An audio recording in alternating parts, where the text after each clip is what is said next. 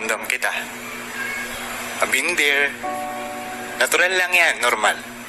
Last year, ganyan din ako. Tingnan mo, nandito pa rin ako. Dahil sa mga taong naniniwala sa akin na mapagtatagumpayan ko yung problema yun. Karil, normal lang yan, dadaan lang yan.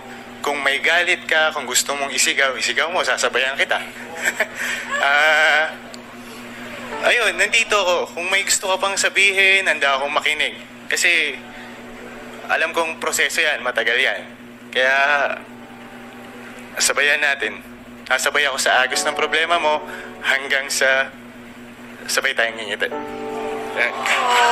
Napaka-sincere naman. We felt that. Oo. No. Grabe. Wait naman!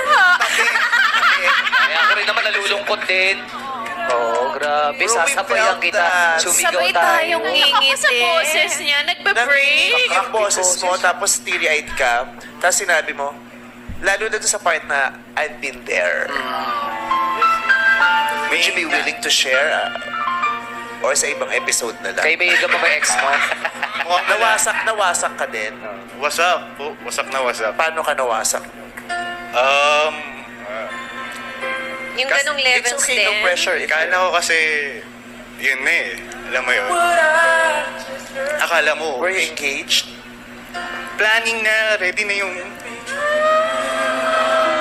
May nabili na akong sing-sing.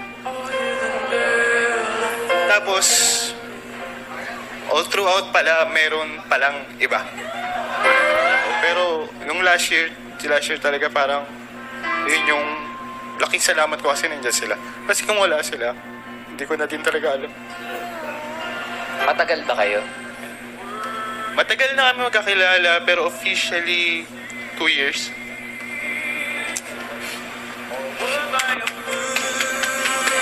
Thank you.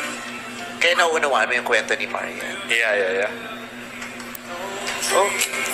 We wish you well. We are also rooting for you. Kasama to sa Healing pagtulong mo process. sa sarili mo para ma-heal. Kasama to tong pagsali mo rito, yung pag-expose sa mga ganitong bagay. Kasama ba to sa iyong journey to healing? Nung una, parang, wala siya sa isip ko. Parang gusto ko lang mag-enjoy. And aside from that, yung nandito na, sabi ko, why don't you give a chance for yourself na makakilala pa ng bago? No one knows eh. Hindi naman, sabi nila, baka palabas lang yan. Pero, no one knows.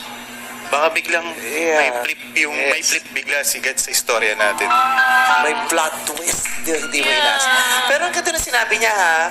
Kasi iba minsan we pressure people to do things para maka-move on. Pero tama yun na, if you want, just enjoy. No pressure to have a girlfriend agad-agad. No pressure na kailangan may majowa ka, may mangyari. Just enjoy and see what happens. Diba? Yeah. Totoo. So, we hope you continue to enjoy. Thank you. Good luck. Ang God ganda ng bless you. attitude, no? Yeah. Thank you, guys.